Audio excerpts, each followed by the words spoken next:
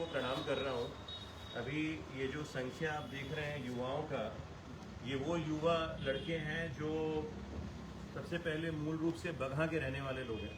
और आज सुबह सुबह जब हम जन समस्या सुनते हैं लोगों का, तो ये लोग सब लोग अपनी समस्या बड़े मजबूर होकर यहाँ पर पहुँचे हैं।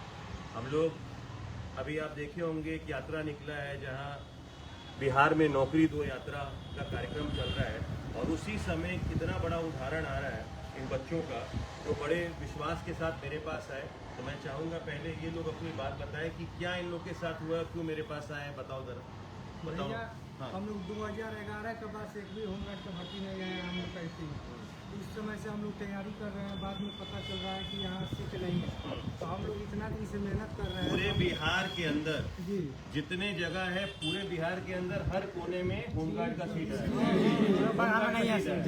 एक मात्र जगह बगहा है जहाँ होमगार्ड का सीट नहीं है, यानी बेतिया में कितना सीट है? 311 सीट है। तो ये बहुत दुखद बात है। ये बच्चे भी मेहनत कर रहे हैं, ये बच्चे भी रोज दौड़ रहे हैं। इनके माता पिता पैसा लगाकर इनको आगे बढ़ाते हैं, इनके शरीर में न्यूट्रिशन के लिए पैसा लगाते हैं, मेहनत करते हैं, ये उम्मीद के साथ कि इनको इनका हक मिले। पर देखिए कितनी शर्म की बात है कि बगहा इतना इतना पिछड़ा यहाँ के लोगों ने कर दिया, यहाँ के नेतृत्व ने कर दिया कि आज ये सारे बच्चे अपने भविष्य के लिए परेशान हैं, और इन लोगों को लग रहा है कि बगहा में भी सीट होना चाहिए। आप लोगों का हक है। बाकी सब जगह टोटल कितना सीट आया है बिहार में?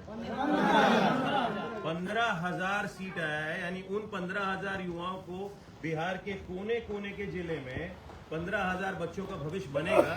लेकिन बगहा के बच्चों का भविष्य क्यों अंधकार में है, ये बहुत बड़ा सवाल है।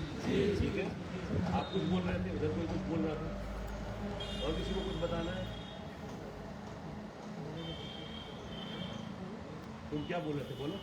बगहा में सीट के लिए बगहा में सीट रहता तो तुमको भरते हम लोग। हाँ, आप क्या बोल रहे थे, बोलिए। ये पहले बताइए, इतना दिन से हम लोग मेहनत कर रहे हैं, हाँ, और बाघा में सीट नहीं मिलेगा हम लोग का दौड़ने का, तो क्या फायदा होगा दौड़ने का? हाँ सही बात। बताइए, हम लोग गरीब आदमी हैं। क्या नाम है आपका? हमारा राजू चौधरी। राजू चौधरी। तो राजू बिल्कुल सही कह रहे हो तुम्हारा। तो इस मामले में अभी हमने डीएसपी साहब होमगार्ड से बात की है जी, और हम लोग ये प्रयास कर रहे हैं, क्योंकि जैसा उन्होंने बताया, हम लोग ये प्रयास कर रहे हैं कि जो बेतिया वाला सीट है उसमें बगहा के लोग भी एनरोल्ड करें, क्योंकि जिला एक है, उससे कुछ लाभ मिलेगा आप लोग को। हाँ, उसको लेके हम डीएम साहब से भी बात करेंगे। कम से कम जो फॉर्म भरना है, फॉर्म कब से भरना है आप लोगों को? 27 तारीख से। तो आज मुझे लगता है और भी बहुत सारे लोग बेबस है मिलने के लिए। बहुत लोग हैं, बहुत लड़का नहीं है। तो तुम लोग मजबूर हो के आए कि चलो भैया के पास जाएं कि तुम लोग को मदद। तो ये एक और बात है भैया, कि 14 साल बाद बहाली आई है।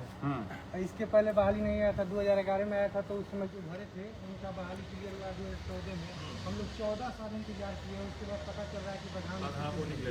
ये बहुत शर्मनाक बात है बगहा के लिए, क्योंकि ये वो युवा हैं जो आने वाले समय में हमारे बगहा के भविष्य को लेके जा सकते थे। लेकिन बहुत शर्म की बात है कि इन पूरे बिहार में ऑलमोस्ट एवरीवेयर ये होमगार्ड की सीट्स आई हैं, और अगर किसी को अनदेखा किया गया है तो वो हमारे बगहा को किया गया।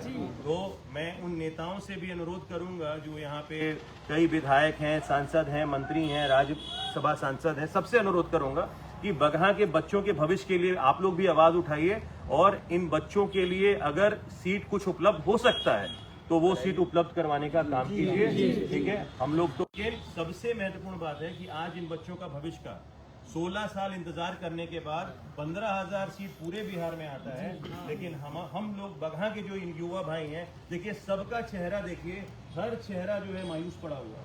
ये लोग वो बच्चे हैं जो रोज सुबह 4 बजे उठकर मेहनत करते हैं, अपने शरीर बनाते हैं इस सपने के साथ कि हम लोग अपने परिवार में होमगार्ड में जाएंगे। और आज अगर जो अपॉर्चुनिटी मिलता भी है तो पूरे बिहार के हर कोने में होता है, बगहा को छांट दिया जाता है। तो ये बहुत दुर्भाग्यपूर्ण बात है, और मैं विश्वास दिला रहा हूँ कि इस मामले को जहाँ तक होगा लड़ा जाएगा, और 2-3 दिन में इसमें हम लोग प्रयास करेंगे कुछ आप लोग के लिए लाभ।